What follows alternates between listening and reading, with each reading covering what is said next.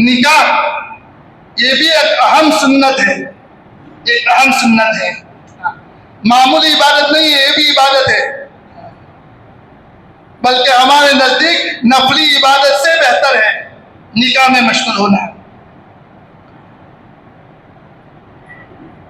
एक अरब कहते हैं मा मिन शहवतिन अवदाअल्लाहु फी जिस्मिल इंसानी इल्ला कद जअल लहा कनातन नज़ीफतन तसरी खिलालहा।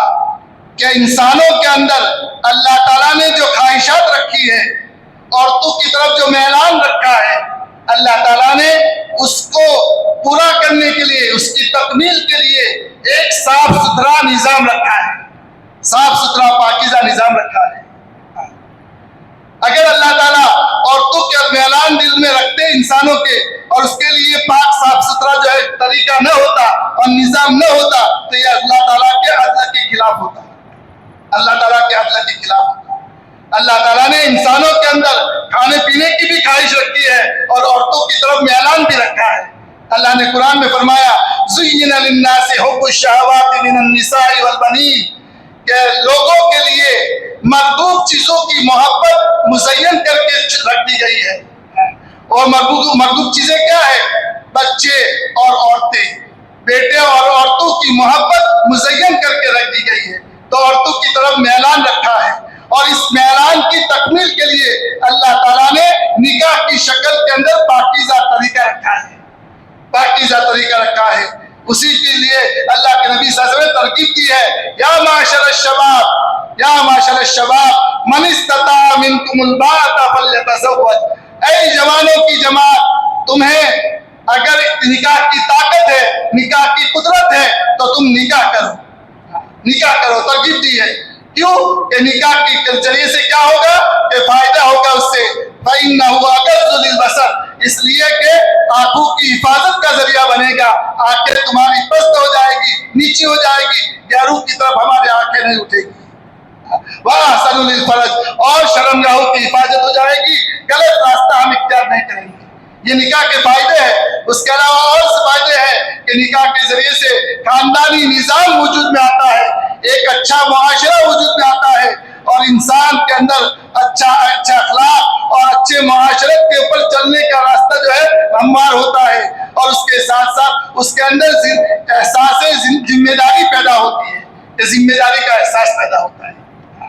इसके लिए अल्लामा हज़रत शाह वलीउल्लाह मुहद्दिस देहलवी रहमतुल्लाह अलैह ने जो है निकाह के जो फायदे लिखे हैं, पढ़ने के काबिल है कि निकाह के क्या क्या फायदे हैं। और उससे मालूम होता है कि अल्लाह ताला ने हमारे लिए निकाह के अंदर भी एक पाकीज़ा तरीका रखा है, निकाह की सूरत में पाकीज़ा खूबसूरत तरीका रखा है।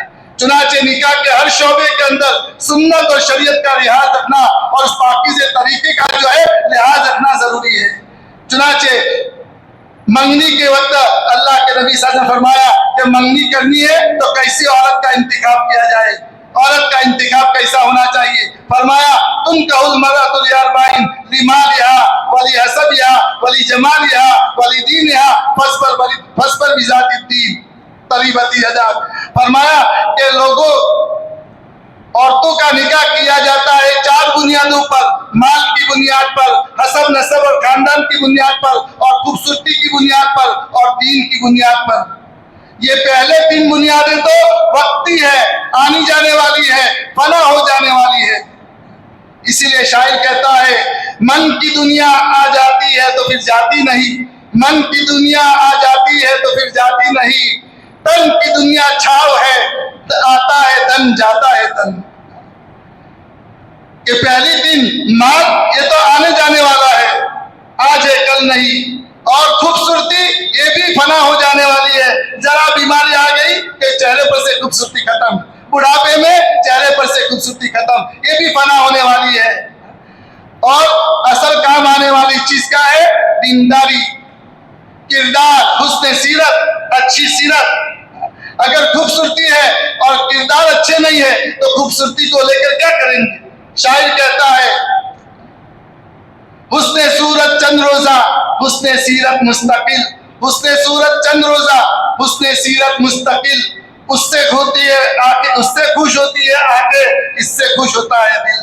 कि हुस्ने सूरत से तो आंखें सिर्फ ठंडी होगी, आंखें खुश होगी, और अच्छे किरदार से दिल खुश होगा। कि औरत के अंदर तकवा है, तहारत है, वफादारी है, शौहर के साथ मोहब्बत का जज्बा है, शौहर की खिदमत का जज्बा है। अगर ऐसी सिफात वाली औरत है तो उससे दिल खुश हो जाएगा, उससे जो खुशी मिलेगी दिल को खुशी मिलेगी। इसलिए मेरे बुजुर्गों, हम इंतिखाब के अंदर भी सुन्नत और शरीयत का लिहाज रखें। उसके साथ अल्लाह के नबी सल्लल्लाहु अलैहि वसल्लम फरमाया, इन्ना आज़मन निकाह बरकतन ऐसरुहु माउनतन, कि निकाह के अंदर बरकत वाला निकाह वो है जो सादा हो, कम खर्चे वाला हो, सादगी के साथ जो निकाह किया जाए वो जो बरकत वाला है। लेकिन सादगी के भी लफ्ज ये भी बड़ा खतरनाक है, सादगी का लफ्ज भी खतरनाक है, इसलिए कि हर इंसान सादगी का माना अपने एतबार से करता है। कि एक आदमी लाखों रुपए खर्च करता है और कहता है कि मेरी हैसियत तो करोड़ों की थी, लेकिन मैंने तो 50,000 ही खर्च किए। और एक गरीब 5,000 50,000 खर्च करने में, वो तो कहता है मैंने 50 लाख ही खर्च किए, मेरी हैसियत तो करोड़ों की थी। और गरीब 50,000 में कर मकरूज हो जाता है, गरीब 50,000 खर्च करने में मकरूज हो जाता है। इसलिए सादगी का तर्जुमा हर एक अपने हैसियत से करता है। एक वाक्या लिखा है कि एक जंगल के अंदर ऊंट और गिदड़ दोनों की दोस्ती हो गई, ऊंट और गिदड़ की दोस्ती हो गई।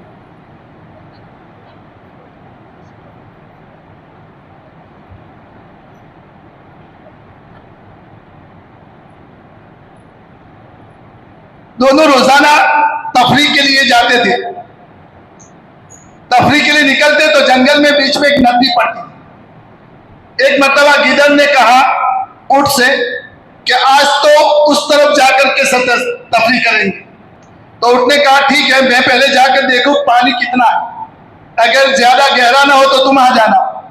तो उठ गया और बीच में जाकर खड़ा हो गया तो उसके घुटने तक पानी था। तो उसने आवाज लगाई कि गिदड़ साहब आ जाओ, मेरे घुटने में पानी है। तो गिदड़ ने कहा ना बाबा, तुम्हारे तो घुटने तक पानी है, लेकिन उतने पानी में तो मेरी 7 पुश्तें हलाक हो जाएगी, मेरी 7 पुश्तें हलाक हो जाएगी।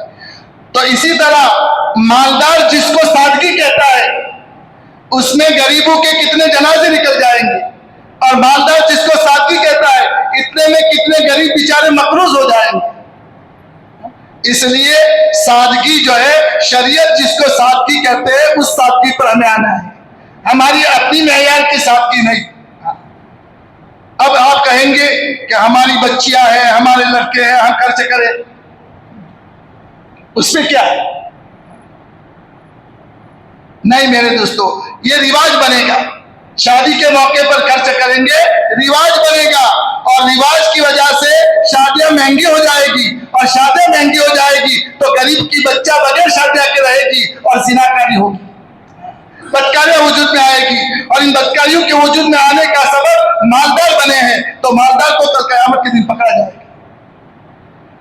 अल्लाह का एहसान माने मेरे बुजुर्गों, हमारे अंदर से ये सारे खुराफात, हमारे बड़ों ने कितनी मेहनतें की होगी तब जाकर के ये सब खुराफात निकले। वरना हमने देखा मेरे बुजुर्गों कि हम साल में थे तो जो है वहां पर आकर के लोग हमारे सामने आंखों में आंसू आकर रोते हैं और कहते हैं कि 2-2 बच्चा बैठी हुई है, 25-25 साल की, 30-30 साल की, जहेज का इंतजाम न होने की वजह से कोई रिश्ता नहीं करता। रो रो करके कहते हैं ये हाल होगा, ये हाल होगा। अगर हमने सादगी पे हम ना आए और हमने जो है शादी को महंगा किया तो हमारा ये हाल होगा। आज यूपी के अंदर देखो, बिहार के अंदर देखो, लोग रो रहे हैं और बच्चियां जो है गैरों के हवाले हो रही है, गैरों के हवाले हो रही है। इसके जिम्मेदार जो है वो मालदार है जिन्होंने जहेज का तरीका जो है राइज किया है और छोड़ने के लिए तैयार नहीं है। इसलिए सादगी पर आए। आज तो हमारा जवान बाप की जिम्मेदारी है कि हमारे बच्चे की शादी है तो कड़ी निगाह रखे कि बच्चे के अंदर शरीयत के खिलाफ कोई चीज ना आए, हमारे घर में शरीयत के खिलाफ कोई चीज ना हो। हमारी बेटी की रुखसती है तो बेटी तक हम देखें कि हमारे घर से बेटी में क्या जाता है। हमारी जिम्मेदारी है। अगर बेटी के अंदर गलत चीजें गई तो कल कयामत के दिन हमारी गर्दन नापी जाएगी कि घर के जिम्मेदार थे, तुम्हारी जिम्मेदारी थी कि बेटी में, हमारी बच्ची की बेटी में क्या जाता है। इसलिए आज हमारे बच्चे जवान बालों की कटिंग कैसे करते हैं कि चारों तरफ छोटे और बीच के अंदर बड़े। क्या हम नहीं देखते उनके बाल? ये सुन्नत के खिलाफ, ये शरीयत के खिलाफ। हमारे घर में हमारा बच्चा 24 घंटे गुनहगार होने की हालत में फिरता है, सोता है तो गुनाह की हालत में, खाता है तो गुनाह की हालत में, नमाज पढ़ता है तो गुनाह की हालत में। हमें कैसे बर्दाश्त होता है? क्या वो जहन्नम में जाएगा, हम बर्दाश्त करेंगे? क्या हमारी जिम्मेदारी नहीं है हम उसको तन्हाई में बैठ करके उसको समझाएं कि तू क्या कर रहा है? बालों की कटिंग देके हम, कपड़ों की कटिंग देके हम, कि हमारे जो है दुल्हा बनने वाला हमारा बच्चा कैसे कपड़े पहनता है। और हमारा बच्चा पार्टी में कहा जाता है, कितने लोगों को लेकर जाता है और कितने पैसे फुजूल खर्च करता है। ये शरीयत ना कहती है उसको। जवानों से मैं कहता हूं, खुदारा अपनी जातों पर जो है रहम खाए और जवानी के नशे में अल्लाह को न भूले, सुन्नत और शरीयत को न छोड़े, वरना कब्र के अंदर भुगतना पड़ेगा। ऐसे भी हादसा हुए हैं कि शादी करके पार्टी के लिए जा रहे हैं और एक्सीडेंट होने और खत्म हो गए। ऐसे ही हमारी बिरादरी के वाकयात हुए कि नहीं हुए? अल्लाह हमारे साथ भी ऐसा कर सकता है। इसलिए अपने आप को संभालो। शादी की खुशी में आकर, जवानी के नशे में आकर अल्लाह को मत भूल जाओ। ठीक है, खुशी मनाओ, खुशी का दिन है, एक नई जिंदगी का दौर चल रहा है, एक नई जिंदगी वजूद में आने वाली है। इंफिरादी जिंदगी से इज्तिमाई जिंदगी वजूद में आने वाली है। एक मुआशरे की जो है बुनियाद पड़ने वाली है। ऐसे हालत में हमें अल्लाह के सामने रोना चाहिए, डरना चाहिए, तकवा जिंदगियों में लाना चाहिए, डर कर जिंदगी जो है गुजारनी चाहिए कि कहीं मेरा पैर शरीयत से हटा और अगर मेरा पैर शरीयत से इस तरफ गया तो मेरी पूरी खानदानी नस्ल जो है वो बर्बाद हो जाएगी, मेरा मुआशरा बर्बाद हो जाएगा। इसलिए अल्लाह से ताल्लुक पैदा करने का ये मौका है, रोने का मौका है। ए अल्लाह, एक तेरी बंदी मेरी निगरानी में आने वाली है, मेरी ज़ौजियत में आने वाली है, उसकी जिम्मेदारी मेरे पर है और फिर उससे औलाद पैदा होने वाली है, एक मुआशरा वजूद में आने वाला है, उसकी जिम्मेदारी मेरे ऊपर है। ए अल्लाह, नेक साले बीवी अता फरमा और औलाद भी नेक साले अता फरमा। अभी से उसकी मेहनत, अभी से उसकी कोशिश। ये रोने के दिन है, ये मांगने के दिन है, ये संभल कर चलने के दिन है। इसलिए आपसे गुजारिश है, खुशी करे, लेकिन कहीं खेत में चले जाए, कुछ बच्चे ठंडा मंगा करके कर ले, नाश्ता कर ले, लेकिन 10,000, 12,000, 20,000 खर्चा करना, खामखा की सिगरेटें पीना, खामखा के आइसक्रीमें खाना, बगैर जरूरत के इधर उधर के जो है समझ माल को उड़ाना और जो है खामखा जो है ज़ाया करना, ये अच्छी चीज नहीं है। उसके बजाय इतना माल गरीब और विवाहों को दे दो। फिर क्या होता है घरों में कि घरों में दुल्हन के लिए पलंग सजाया जाता है, पलंग सजाया जाता है, जो है बेल मोटे रखे जाते हैं, बल्ब झुकाए जाते हैं, फुग्गे रखे जाते हैं और गजरा डाला जाता है। क्या आने वाली बहू उसके बगैर चली जाएगी? सादा पलंग होगा तो चली जाएगी। एक शेर है, मुनासिब नहीं है कहने का, आधा कहूंगा आधा तुम समझ जाना।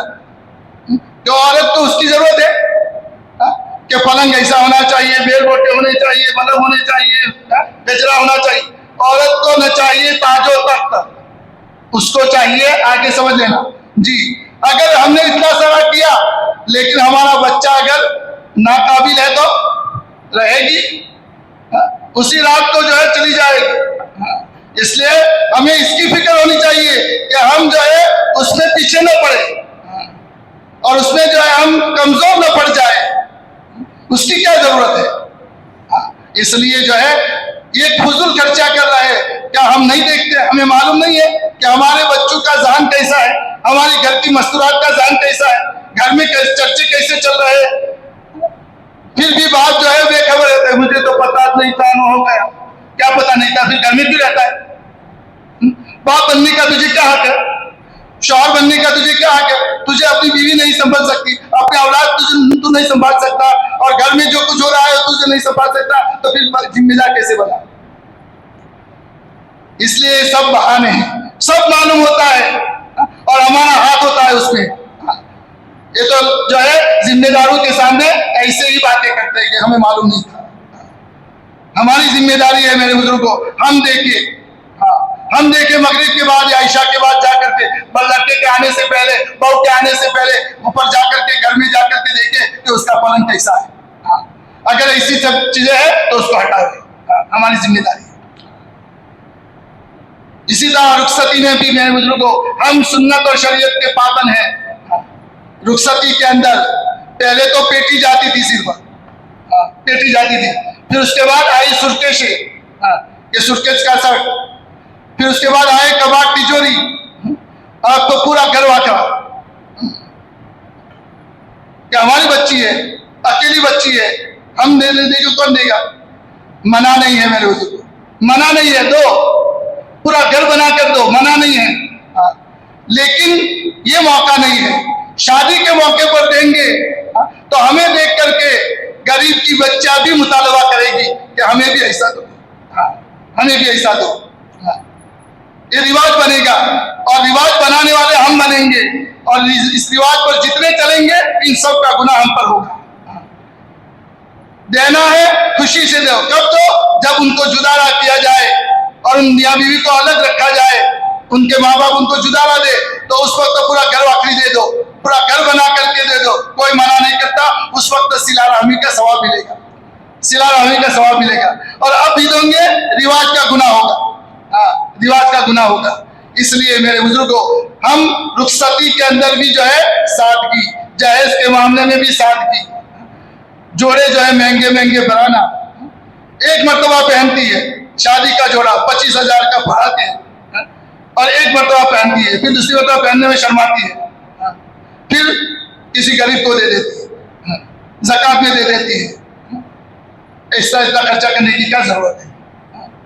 इसलिए मेरे बुजुर्गों, हमें जो है पूरी निगरानी रखने की जरूरत है। हमारी मस्तूरात के ऊपर हमें जो है कड़ी निगाह रखने की जरूरत है, अपनी बच्चियों पर कड़ी निगाह रखने की जरूरत है।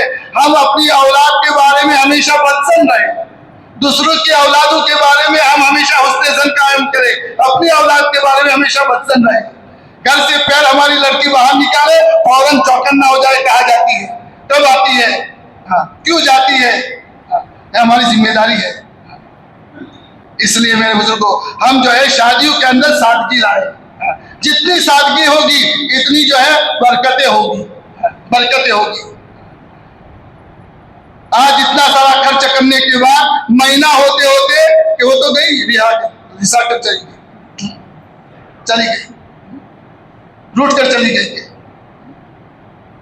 क्या पाया इतना खर्चा करने के बाद? इसलिए मेरे बुजुर्गों, सादगी जितनी होगी इतनी बरकतें होगी और इतना पायदार होगा निकाह, ये निकाह जमेगा और उसमें बरकतें आएगी। इसलिए शादियों के मौके पर जो है हम जो है अल्लाह को न भूले।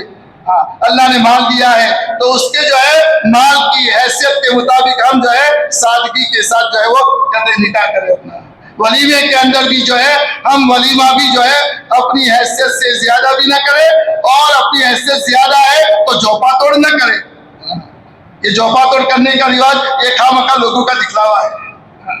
ऐसे चौपा तोड़ जो है उसमें तो दीनदारों को जाना भी गुनाह होगा, कि जहाँ शोहरत हो और दिखावा हो तो ऐसी जगह पर जो है खाने के लिए जाना ये भी गुनाह, ये भी गुनाह है। इसलिए मेरे बुजुर्गों, हम जो है खुशी मनाए, अपने रिश्तेदारों को खिला दे, और इतना जितना खर्च करना हमने सोचा है इतना अल्लाह के नाम पर दे, मदरसों में दे, मस्जिदों में दे, यतीमों बेवाओं का मकान बनाए। अरे मुतवस्सित तबके के मकानात बेचारे अधूरे पड़े हैं, उनको पूरा करे तो सबके जारिया का सवाब मिलेगा। और ये खा करके जो है वो गिबत करेंगे, खा करके बाहर निकलते ही गिबत करेंगे, ऐसा पका था, ये सब इतना खर्चा करने की क्या जरूरत थी, कोई जरूरत नहीं थी, दिखलावा है, ये सब खाकर भी गिबत करते हैं। तो उसके बजाय हम जो है अल्लाह के नाम पर खर्च करेंगे और बेवाओं यतीमों के घर बनाने में देंगे तो सदका जारिया का सवाब मिलेगा। इसलिए हम जो है सोचे, अल्लाह ने ज़हन दिया है, अकल दी है, हम जरा गौर करें कि मेरा ये खर्चा बर्बाद हो रहा है या काम पर लग रहा है। मैं ये खर्चा करूंगा तो उसमें क्या होगा, कुछ थोड़ी सी वाहवा मिल जाएगी, कुछ थोड़ी सी जो शाबाशी मिल जाएगी, कुछ तारीफ हो जाएगी, फिर तो उसके बाद खत्म। और अगर अल्लाह के नाम पर और किसी के मकान और अल्लाह के मस्जिद वगैरह बनाने में अगर दूंगा तो वो जो है जब तक इबादत होती रहेगी, जब तक वो रहेगा सदका जारिया का सवाब मिलता रहेगा। ये अल्लाह ने अकल दी है। इसलिए मेरे बुजुर्गों, ये 3 इबादतें हमारे सामने हैं और ये 3 मौके हमारे सामने हैं।